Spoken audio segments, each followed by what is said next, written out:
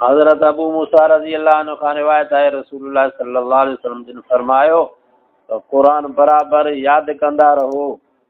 पोइ हुन ज़ात जो कसम जंहिंजे कब्ज़े में मोहम्मद सल्लल्लाहु अलैहि वसल्लम जो साहु आहे, बेशक क़ुरान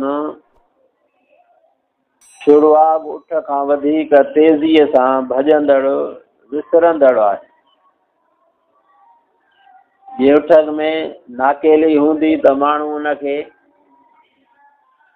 हथु विझंदो त उहो कंट्रोल में हूंदो, पर जेकॾहिं नाकेली निकिरी वई त हुन उठ खे केरु झले सघंदो?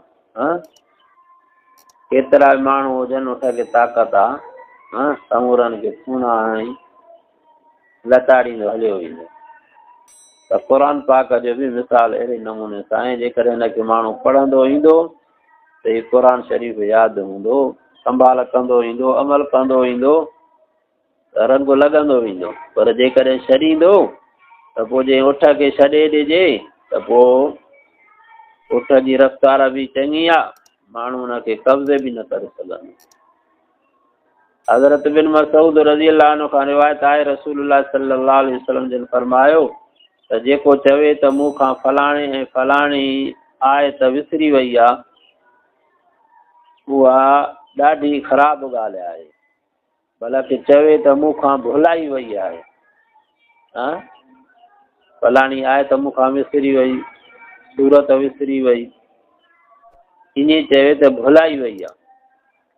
ऐं क़ुरान यादि कंदा रहो, छाकाणि त क़ुरान माण्हुनि जे सीननि मां शुरूआग जानवर खां बि तेज़ भॼंदो आहे।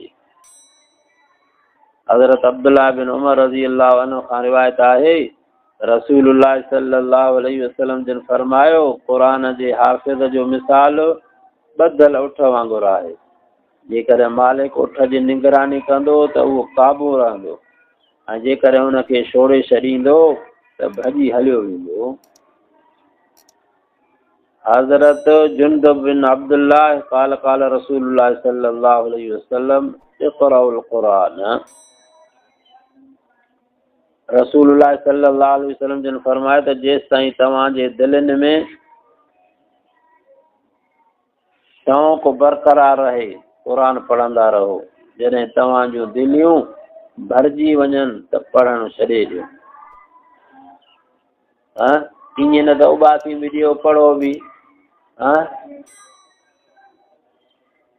हर इबादत शौक़ु आहे, तरगीब आहे त माण्हू करे, पर जेकॾहिं थकिजी पवे, उबासी अचनि, निंड अचे, मथां हुन ग़फ़लत में ख़बर ई न पए त छा थो पढ़ां।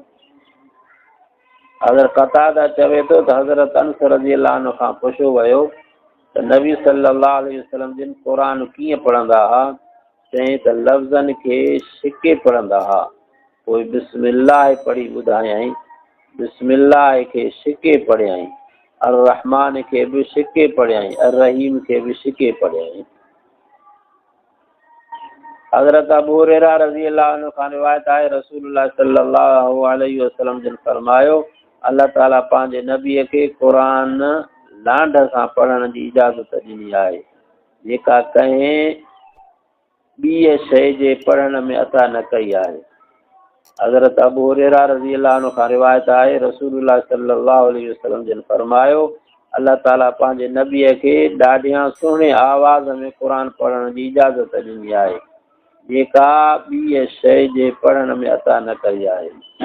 हज़रत अबू हुरैरा रज़ी अल्लाह अन्हु खां रिवायत आहे रसूलुल्लाह सल्लल्लाहु अलैहि वसल्लम जिन फरमायो, जेको लांढ सां क़ुरान नथो पढ़े उहो असां मां न आहे।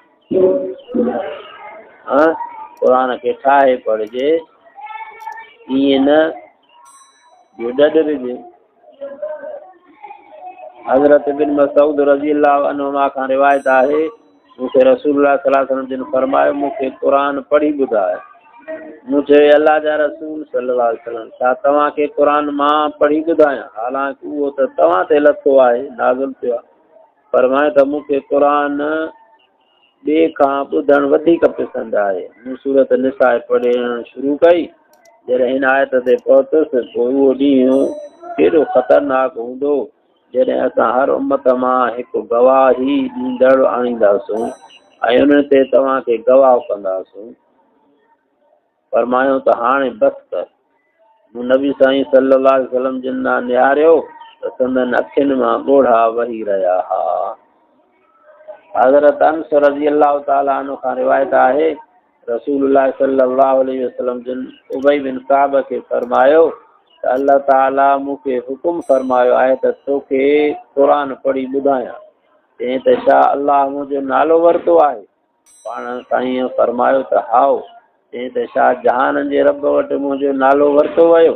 फरमायो त हाओ। चई त ख़ुशीअ विचां रोई ॾिनई। हिकु रिवायत में आहे हुज़ूर सल्लल्लाहु अलैहि वसल्लम फरमायो अल्लाह ताला मूंखे हुकुम ॾिनो आहे त तोखे लम यकुनिल लज़ीना कफ़रू पढ़ी ॿुधायां। अर्ज़ु कयई त छा अल्लाह ताला मुंहिंजो नालो वरितो आहे? फरमायो त हाओ। तंहिं ते रोई ॾिनई। हज़रत बिन उमर रज़ी अल्लाह अन्हुमा खां रिवायत आहे रसूलुल्लाह सल्लल्लाहु अलैहि वसल्लम जिन दुश्मन जे इलाइक़े में क़ुरान साण खणी सफ़र करण खां मना फरमाई आहे।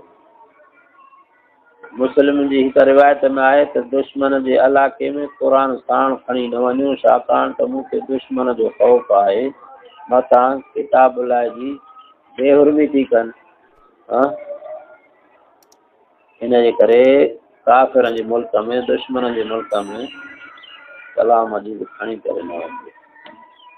दुआ आहे अल्लाह साईं कलाम जी पढ़णु, हिन जे ॿुधणु, हिन मथां अमल करण जी कोशिशि